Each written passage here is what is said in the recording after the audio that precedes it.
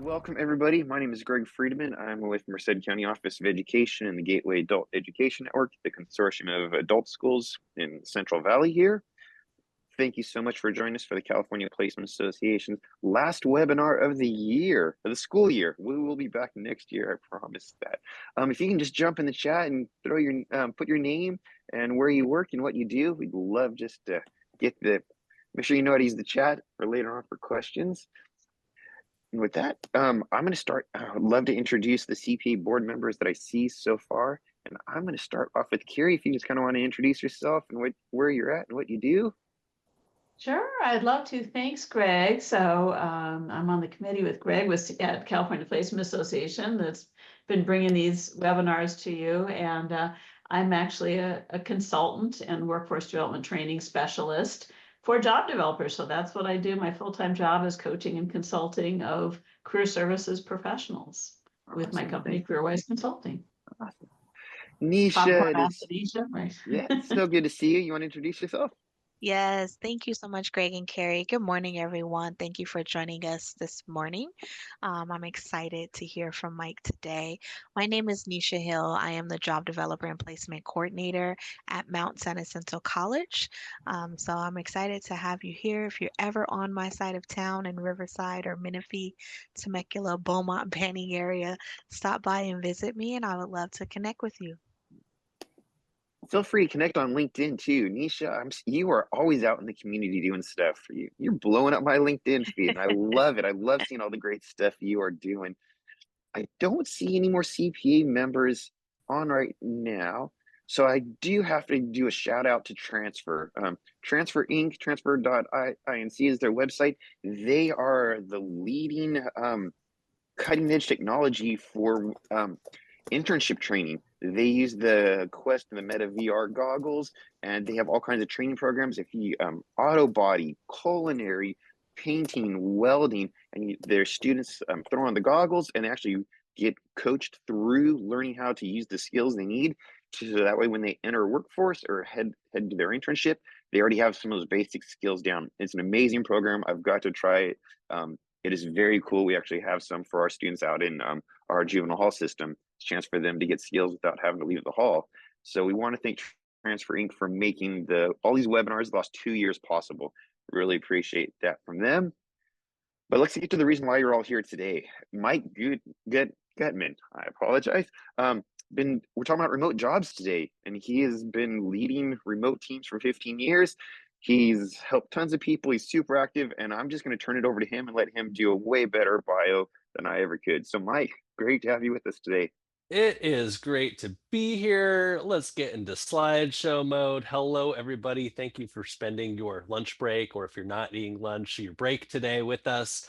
If you are eating lunch, I hope it's delicious. Just know that you might have to pause for whatever you're eating because this is going to be a discussion. I may call on people randomly if nobody decides to raise their hand and speak up. Hopefully, this is going to be a conversation where we can learn a little bit from each other about what people are doing to connect remote jobs to rural communities, which is why we're all here.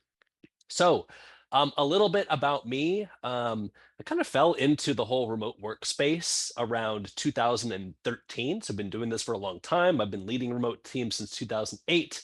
I was the head of marketing and social impact partnerships at FlexJobs, where we helped connect rural communities and rural workforce developers to remote jobs to help them diversify their opportunities in their communities where traditionally there have been, large manufacturing or large agricultural jobs.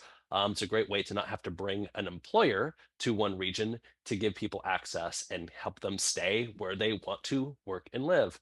From there, I helped LinkedIn tap me to author courses on remote work. So you may have seen this face and this shirt before on LinkedIn learning videos about how to find remote jobs, how to succeed as a remote employee, remote work policies, all those types of things.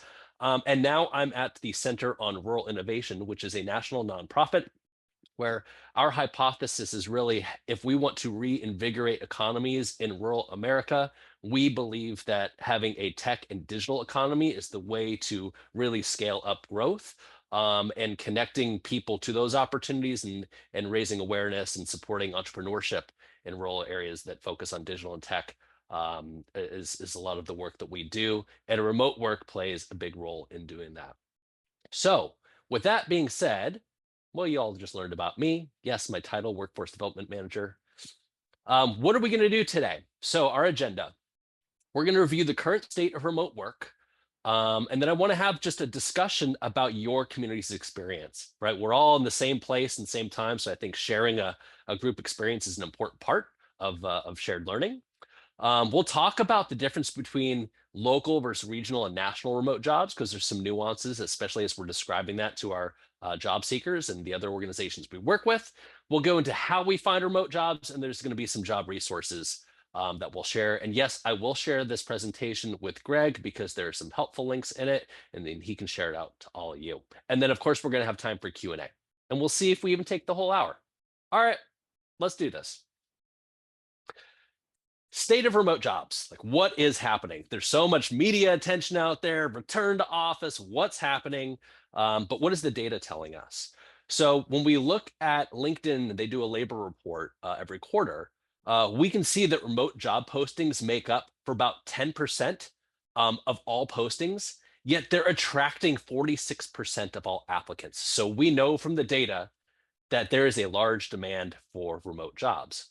And we also can see that tech jobs have the highest portion of that of those job postings, and almost 1 in 2 of those jobs that are being posted that are remote are either digital or tech jobs. And then the estimate is by 2030, global digital jobs are estimated to grow by 25% across the globe. And let me just quickly define what I mean and distinguish between digital and tech. And this is the way our organization defines it. Tech is really the people who are building the technology, and digital are people who are using that technology to do their job. An example in tech would be a software developer or a cybersecurity infrastructure manager. Those would be tech jobs. A digital job would be somebody who is in digital sales or digital marketing, or even in HR and using these digital tools to get their job done. So both of those jobs areas are areas that are highly concentrated in these remote job statistics. I've got a list here in the center column for the in-demand remote roles. This is from FlexJobs, the old company that I used to work with. Trust their data, absolutely, because I was one of the people who helped organize all this data.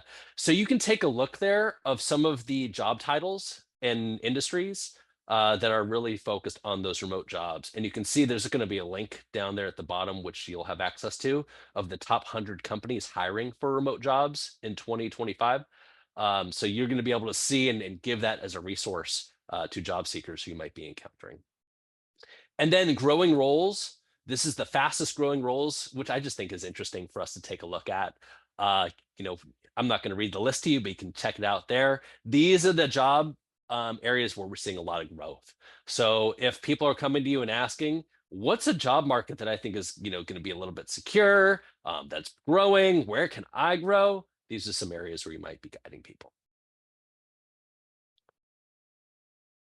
All right, but what about return to office mandates? What's happening there? We're hearing all this chatter about returning to office, and those are big headlines.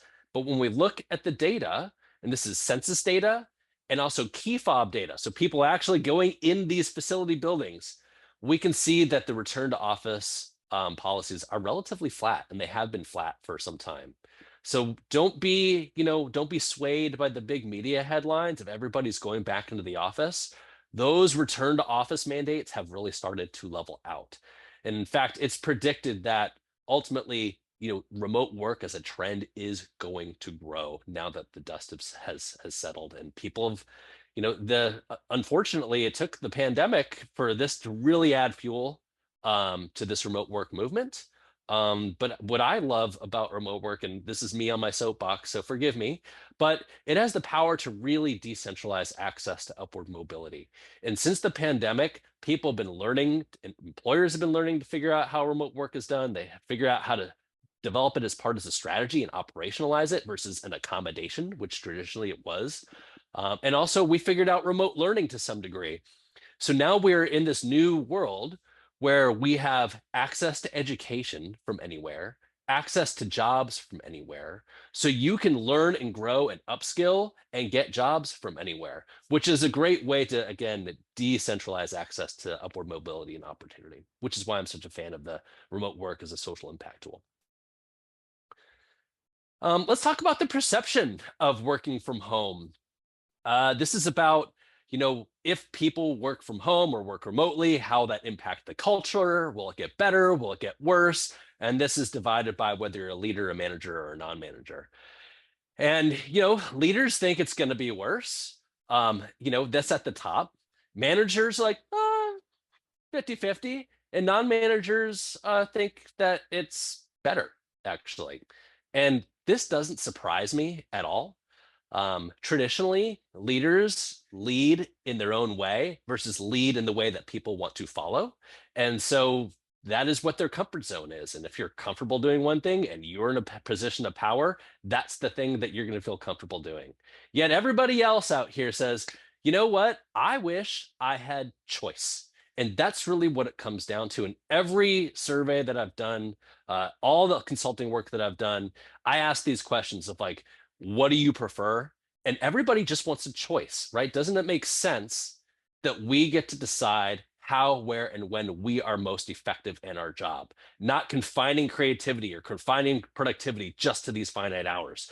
Raise your hand if you're the most productive you've ever been at 2 o'clock right after lunch. Says nobody, right? So, oh, look, Zoom decided to raise my hand for me. Okay, we're going to have to put that down. Oh, goodness, it's hiding from me. Well, maybe it'll just go down anyway. I'm going to just keep rolling through.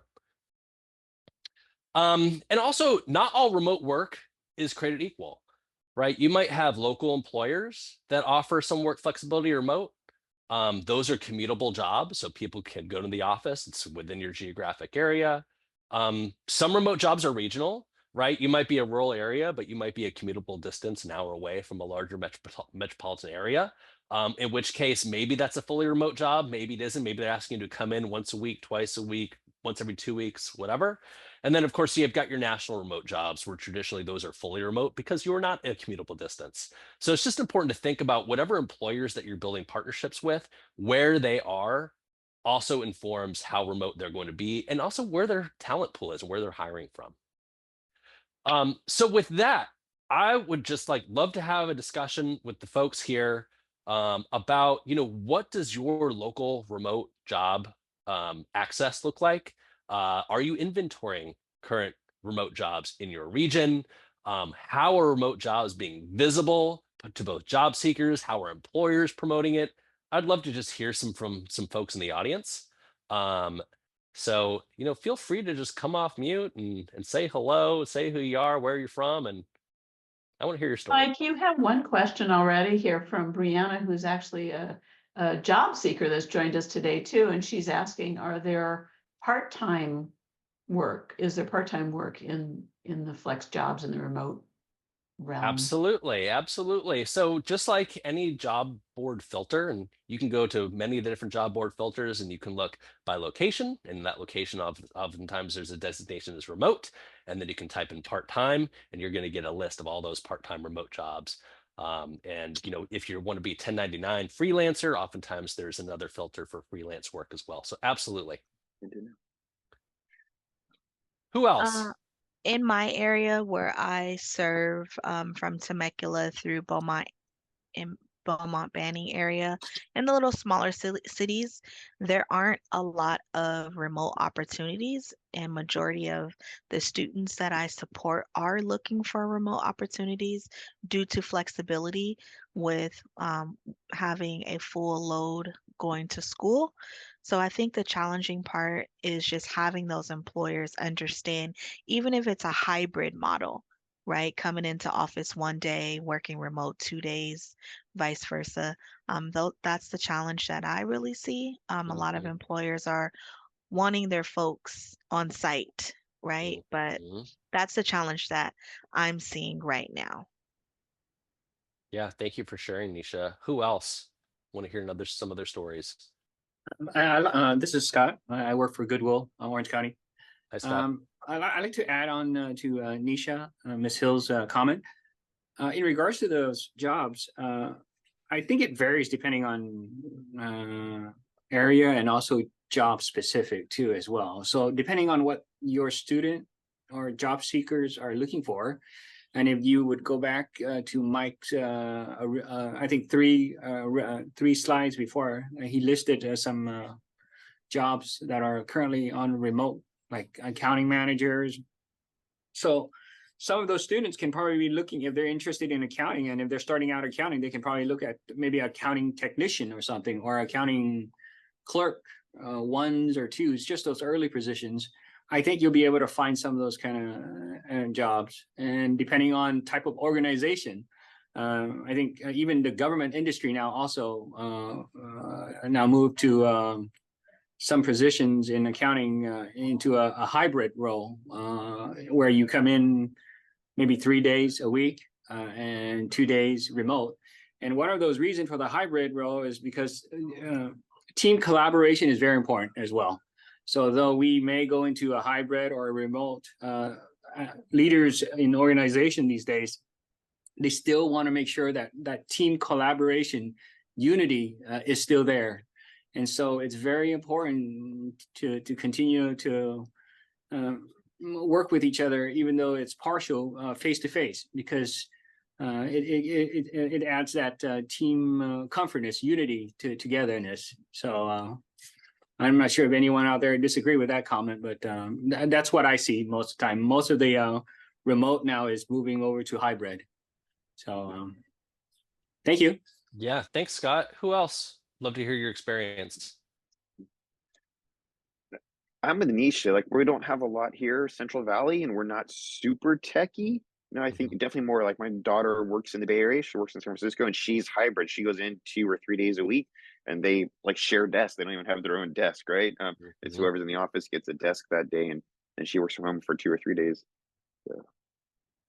And in a lot of my work, working directly with employers, sometimes employers just have not updated their job description templates. So it's about how do they attract and meet people where they are, right? A job description is like an ad. They're trying to sell their business. They're trying to sell the work. They're trying to sell their culture as an organization. So, for those of us who work with employers, having those conversations directly with their HR teams, with the recruiters and hiring managers about what people are asking for on the ground and how that maps to the job descriptions that they're putting out there. And also how they define remote and hybrid is going to be very different. Everybody has their own idea of what that means. So defining it now is something that is going to help attract job seekers, and also working with employers to help them understand what that definition looks like and really become clear is helpful when people are looking for these remote and flexible opportunities. The definition of what that means for every employer could be different. And so offering some transparency into that's really important. Mike, do you have any? I'm wondering, in your research that you've done, like, we all want to be hybrid or remote, but are we kind of afraid like maybe we might lose our jobs by not being in the office and our boss seeing us on a regular basis? I mean, is that a concern of remote workers?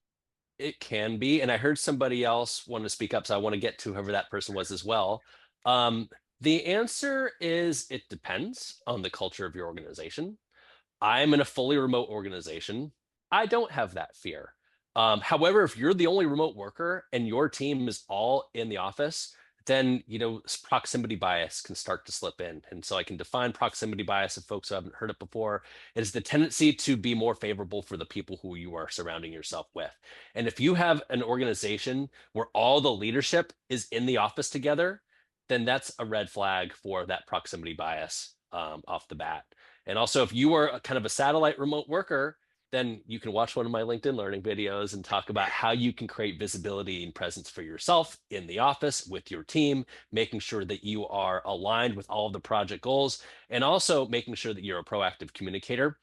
And then a number one thing I think about in terms of maintaining visibility as a remote worker is moving away from effort-based to impact-based performance monitoring.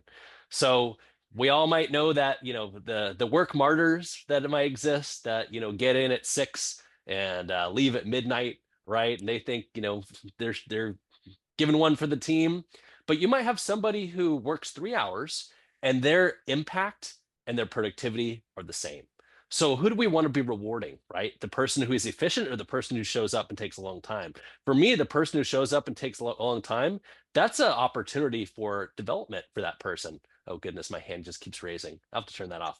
Um, so it just depends on the employer's perspective on if they're an effort-based rewards or impact-based reward system. Somebody else, I heard you chime in. Think that was me. I was just going to refer to when we're meeting with employers, having them understand the skill-based model versus the experience-based when they're hiring our job seekers or students, because I have a lot of students that lack employment or work experience. So a lot of these job descriptions are highlighting 2 to 5 years experience, whatever have you. So that's the struggle too with folks landing job opportunities that may not necessarily have the work experience in the industry that they're going into. Yeah, that's true. And I'll share some more data farther in the presentation. But I think the employers are also considering mentorship, and how easy is that for somebody who's maybe doesn't have as much experience in the workforce? And I mean, I know from how I entered the workforce, I've had a very meandering career. But being in office, my first office job, desk job, being around people was super formative of just having access to, the CEO is just a desk away, and, the manager in operations is over there, and I get to learn more about what they do just by being in the same room. So this is my own personal belief, but I believe that there's real value, especially earlier in your career, for coming into the office and being able to see how it all works together. I think just being aware of some of those things. Marion, I see your hand raised. I was just going to say the other things that I also work now in a fully remote environment. And I think there's perceptions when you tell that to people, they think you're not working then because you're just at home watching TV all day. And then they also assume like every day you're at home, whereas I'm out at meetings all the time. So like this week, today's my only day I'm actually in my home office all day. Every other day this week, I've had meetings and stuff still to attend because not everybody you work with is fully remote. And so I think when folks are thinking they're going to get a fully remote job, it means they're never going to leave their house and it's not real work. So I think there's misperceptions about remote work just as much as there are about going into an office. So that's just kind of an interesting thing I've discovered in the last 6 months. Totally. And Marion, you bring up a good point, because I think we consider, like, what is the perception, right? And you just talked about the perception. And even in that comment, right, there was a little bit of like, I kind of feel like I have to prove that I'm working to people who don't think it. So there's like that visibility aspect of like, look at me, I sent this email at 5 p.m., still working, even though you probably scheduled to send at 5 a.m. or 5 p.m., hours before, whatever it is, right? It's those perceptions that are important. At least we perceive it to be important.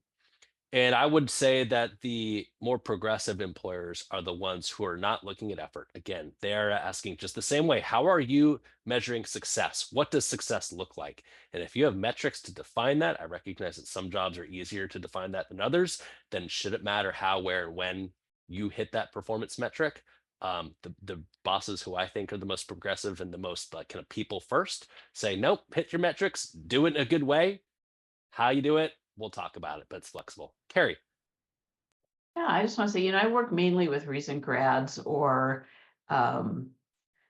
mid-career experienced professionals that are looking to make a transition. And what I'm seeing with the clients that I work with and the groups that I train, whether in higher education, workforce development are probably the biggest groups of area that I work with individuals, but that remote or that flexibility in where they work, it seems to be the number one negotiating factor they're using in salary negotiations now. To give one example, I have one client that's in project management and applying for 3 different, or I should say interviewing for 3 different positions. And none of them actually listed online in their job description. Going back to Greg, what was saying is some of them have not really caught up to adding things in there. And I see that in higher education too, right? but as soon as they get in there, they're told right off the start, here's your options, or no, we just want you to be all on site. I wish employers would put that into the job descriptions, would be helpful. But there's been a lot of flexibility though with the people that I work with in their negotiations with the employers, initially saying, I really was looking for something that's at least hybrid. When it seems to come in when they're negotiating salaries. But so that's one of the things, just talk about what I'm seeing out there. And then the other thing that I'm seeing is, and hearing back from employers, is really a need to educate recent grads in particular, but individuals that have always been on site to being remote, having additional skills training for them in terms of how to communicate when you're in 100% remote or a hybrid environment. And what does that mean? A lot of feedback from employers, which is kind of backed up with some of the recent grads I'm working with, is from recent grad, I'll give you one example where a student said, well, I don't want to work, or recent grad said, I don't want to work on site. And they want me to work on site. I want to work remote. And I said, well, what's the benefit to you of working remote? And his response was, well, because I have other things I want to do during the day too. And I said, well, but they're paying you to do a job. So if you finish your work for the day, usually in work ethic, we would say, hey, is there anything else I can help with? What else can I support you with? And then if they're like, no, we're good, then of course, sure. If you can get your work done in 4 hours and not 8, then you're good to go. But I think there is additional education we're going to have to start doing in terms of, what that looks like. So that both employers are comfortable with it, and that the job seekers too don't shoot themselves in the foot by just making assumptions that are hurting them rather than helping them. Yeah, totally agree. Shameless plug, just search Mike Gutman on LinkedIn Learning. I've got tons of content to help those recent grads level up their skills on the remote team, and how to be a proactive communicator and stay visible and create networks within their employers and all those types of things. And also, and Melody, I see your hand there. Appreciate you being patient. One other data point I'll give you, Carrie, in terms of negotiations, is that when we're running surveys in FlexJobs, we're talking about thousands of people answering these things. We would find that people would be willing to give up 20% of their salary for more work flexibility. So it's a huge, huge part of somebody's potential total benefits package of where they decide to work. And what I always encourage folks to do is just take a real, good look at what you want your life to be. And then that helps to inform the type of work flexibility that you want, which can help inform what type of job and employer is compatible with the life that you want. Melody, and this will be the last question because we got to move on. Thank you. So just give background, I'm a service coordinator, so I get connected with veterans at my community.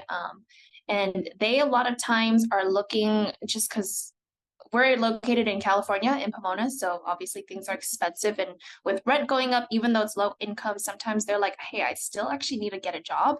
Do you know if there's any special ways that we can help accommodate, if there's a specific website that I could refer to my veterans to be like, hey, they are able to help accommodate for any disability you might have, or special accommodations you might need, it could be really anything due to their disability. I don't know of a specific, remote jobs for veterans site.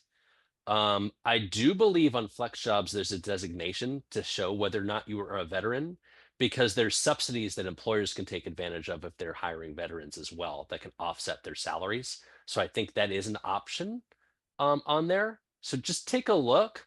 I know that I think USA Jobs also has a job site for veterans and resources that you can get connected to as well.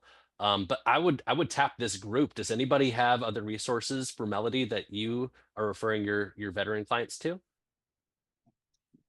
I'd say reach out to your One Stop. I mean, that's your good source. Yeah, we do work Veterans with Affairs the One Office. Stop.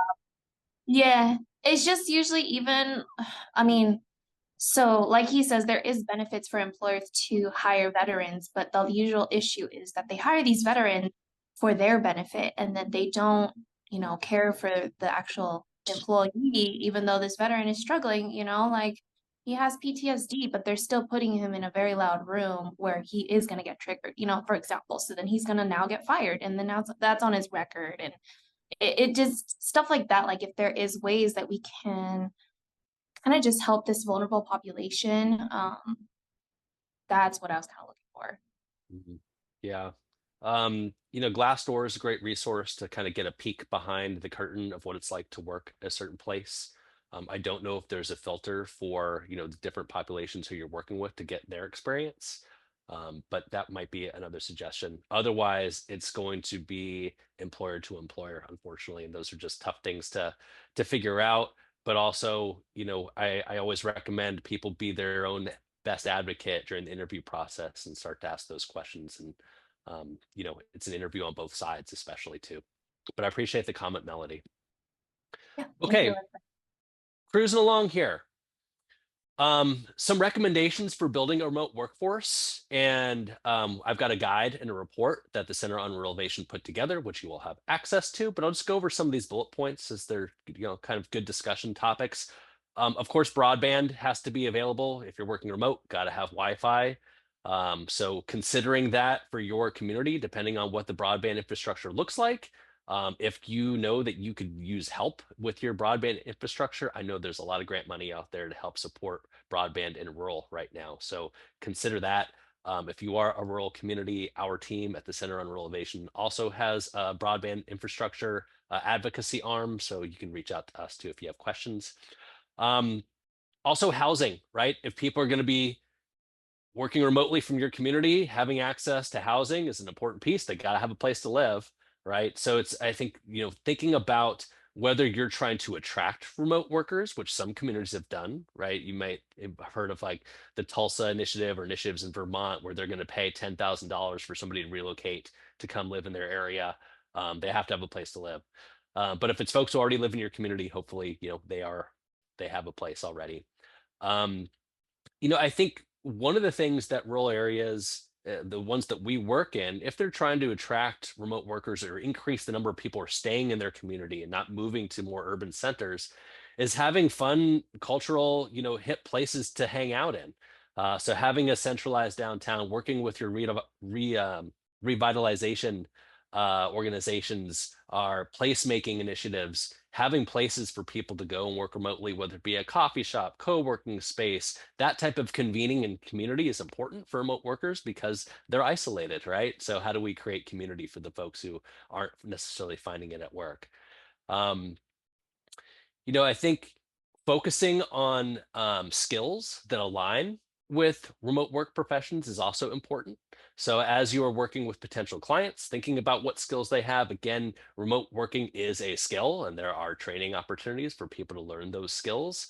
And then also thinking about, you know, um, if you're trying to attract remote workers, we want to target workers that already have connections to your community. So let's imagine, for example, there's a family and, their kid goes off to college and then doesn't necessarily come back. Is that somebody who might have a remote compatible job? Maybe those are folks who could be drawn back to the community with a remote job.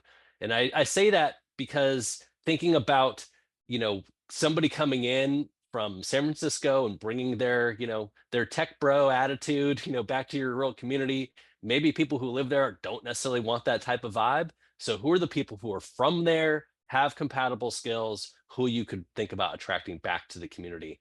And then of course it's investing in quality of life. Remote work is all about that quality of life that people want. So just listing out some of the things that, some of the communities that we work with are thinking about.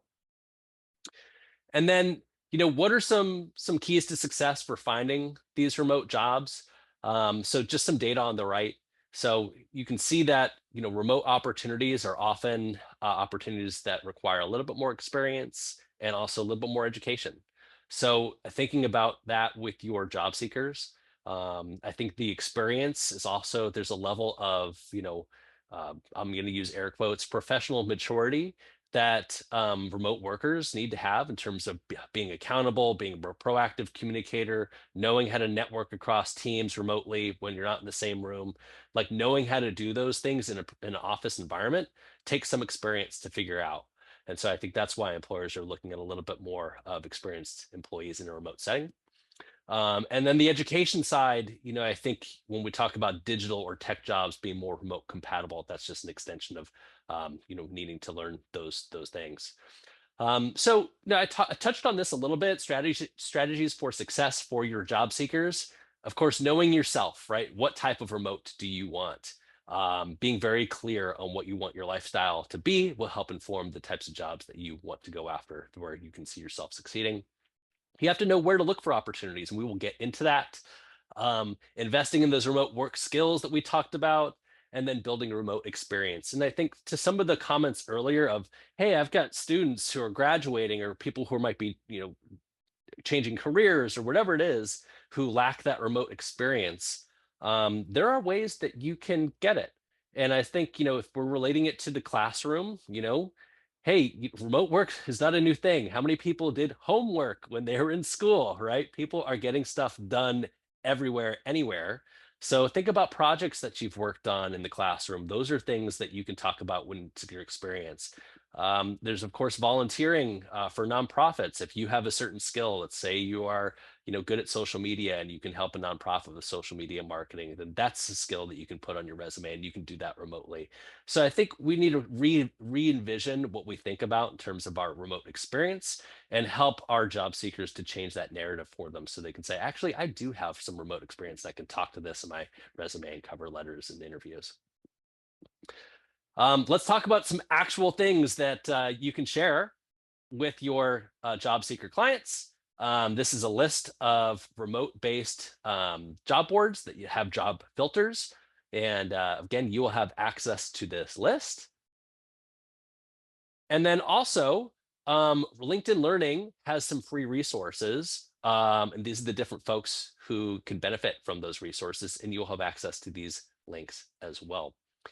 So this is essentially, with this presentation and with this slide deck, you will have some pretty solid resources to be able to communicate to job seekers of what the current state of remote work looks like, resources for them to be able to find remote opportunities, and upskilling opportunities for them to get some remote work skills. So hopefully, at the end of this, you'll be equipped to equip your community for success with how to find remote work in rural areas that you live and support in. So with that, I want to open it back up to Q&A. Hit me, what questions you got? We got 20 minutes if we want to take them. Totally up to you. Raise your hand. I'll call on you as I see them. Question, the links that you shared for the remote jobs, are any of these fee-based? FlexJobs is fee-based. I believe the rest are free. And I believe the LinkedIn Learning courses, those are unlocked in those kind of learning paths that they set up. Questions? Anyone? Everyone's all silent. They all got their question bugs out earlier.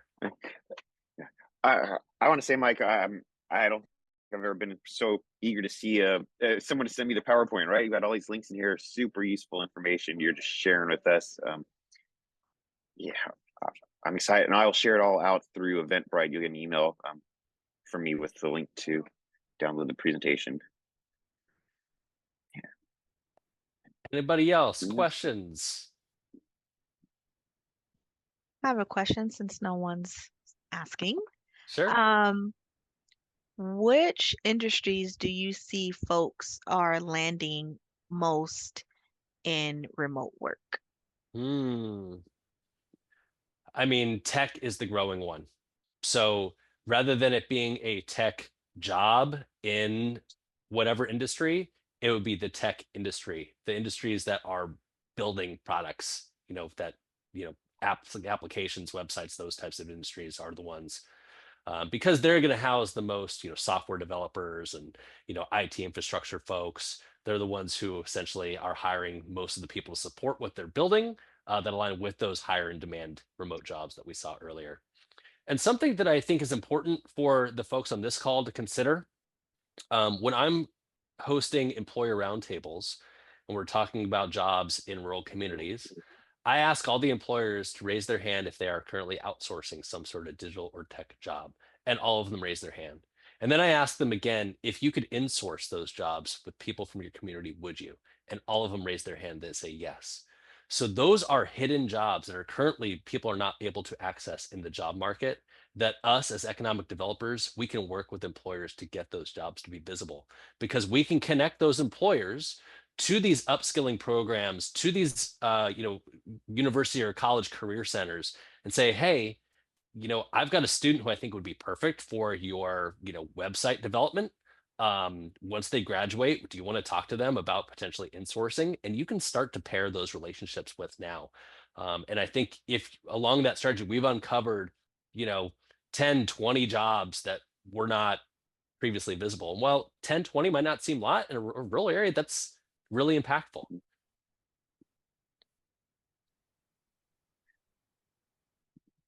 Mike, what do you see the impact in terms of, the AI, right? In both in the job searching for these positions, and just also on those positions that are prevalent. I think on the job search front, are you asking like how are job seekers using AI, or how is AI being integrated with all the stakeholders in the job search? Because I think Well, it's twofold. yeah, I think more, the job seekers that are out there getting into flexible jobs, are there specific skill sets that you see related to AI that are appealing to the employers that didn't exist there before I think it across the board? depends. It depends on your industry. For example, somebody who is in accounting is going to use AI different than somebody who's in marketing, right? Where I can ask AI to come up with a blog post about the 10 best places to find remote jobs, and it'll spit it out for me, and I can use that as a working draft to then edit. Should I know how to do that in terms of some prompt engineering? Then I'd say the answer is yes. It's always a good thing to keep your keep your skills fresh and have a level of an always be learning and curiosity mindset. And I think knowing about AI is only going to benefit any of the job seekers. On the flip side, as I'm sure most of the people know, our recruiters by default are using AI because they're using applicant tracking systems, and that software and technology is baked into it. So there's a little bit of like, how do we hack through the AI so that my resume can land at the top of the stack? And so I think what I'm seeing is recruiters are starting to figure out like, if I'm going to hire based on skills-based hiring approach versus experience or education-based hiring approach, they're also trying to figure out how to do that in a way that feels a little bit more equitable. But I think, recruiters are people too. And like if we have the AI doing a job that makes it easy to, if we have 1,000 applicants, it's too many, and it's easier to sift through the pile, and it's worked for me in the past. So I think those are some of the kind of the push and pull moments that we're going through right now that we're trying to figure out Are you as a hearing back? society. Because you talk to a lot of employers too. So what are you hearing from the employers in terms of their greatest concerns when they're sifting through those resumes and things coming through? You have one person has posted in here about, is there time difference to getting a job for applicants applying only from remote jobs versus in-person jobs? Are employers biased? Are you seeing any bias in terms of their hiring? It just depends on, um, so for national organizations likely have more experience with remote work, and just being a distributed team by their very nature of having offices across the US or across the globe for those large national firms. And those are the ones who are generally using those applicant tracking systems. My experience in rural areas has been way more casual and honestly built on relationships in terms of the hiring process. And I'm going places, I travel all over the US, and I'm seeing people who are still, posting jobs on the front of their door, and people are just going around handing resumes and asking to speak to the hiring manager. So when we're talking about, you know, door to door hiring and job seeking, then that changes the experience, right? It takes AI completely out of it, and it's much more of a handshake. And do I feel like I can trust this person? As you pick up on the human approach to hiring, which I don't think is necessarily a bad thing. But I think what that says to me as a professional, workforce developer, is that in rural, relationships matter even more. And especially, we think about how do we tap into our current talent pool and tap into our current, job pool and make those connections. And I think it's making connections between the actual employers and the teachers who have a really good finger on the pulse of the people with skills and making those connections happen on an ongoing basis. And that just takes a lot of, picking up the phone and building relationships, smiling and dialing, as they say, convening all of those folks into the same room to make those connections is a lot of the work that we do, and watching those connections happen in real time. Because then what happens is you start to get employers who are local on the curriculum advisory boards of the universities that are training students. And so they are training them with the skill sets. They're informing the skill sets that they need to learn in the classroom so they can succeed at that company, and they can hire from that talent pool as well. And they can also start having those conversations about work flexibility and what it means to work at an organization. So I think making those connections real time in rural is super important. And Mike, I had one more quick question for you. I think it's right up your alley. Since you're serving in the rural communities and trying to help individuals in these rural areas get employed, how does equal employment opportunity, how does that impact an employer's ability to hire in their community? If we're not to discriminate based on zip codes, and we hear a lot, I think I've heard this for the last 15 years, employers like to hire locally, but how do we ensure that everyone is getting a fair chance at these remote positions, whether they're in the community or not? And is that, what's your take on that? Obviously we want to get people in rural communities to be able to have greater access than they've had to employment in the past, now that we have this remote opportunities. Yeah. When we're looking at tech, unfortunately, there has not been equal opportunity, and there has been geographic, marginalization. So if we look at the number of people in tech in rural, and I hope I don't screw up this data point, I believe that rural is like 12% of the overall workforce, but only 4% of the tech workforce. So we need to get that up to 12. And 4 to 12 is a big number to jump into. And so I think that national organizations have at least touted themselves as leveraging remote work as a way to diversify their workforce and geographically diversify as part of that strategy. But another piece, and we're seeing this happening, or I'm seeing this happening, is national employers will pay salaries based on market rates.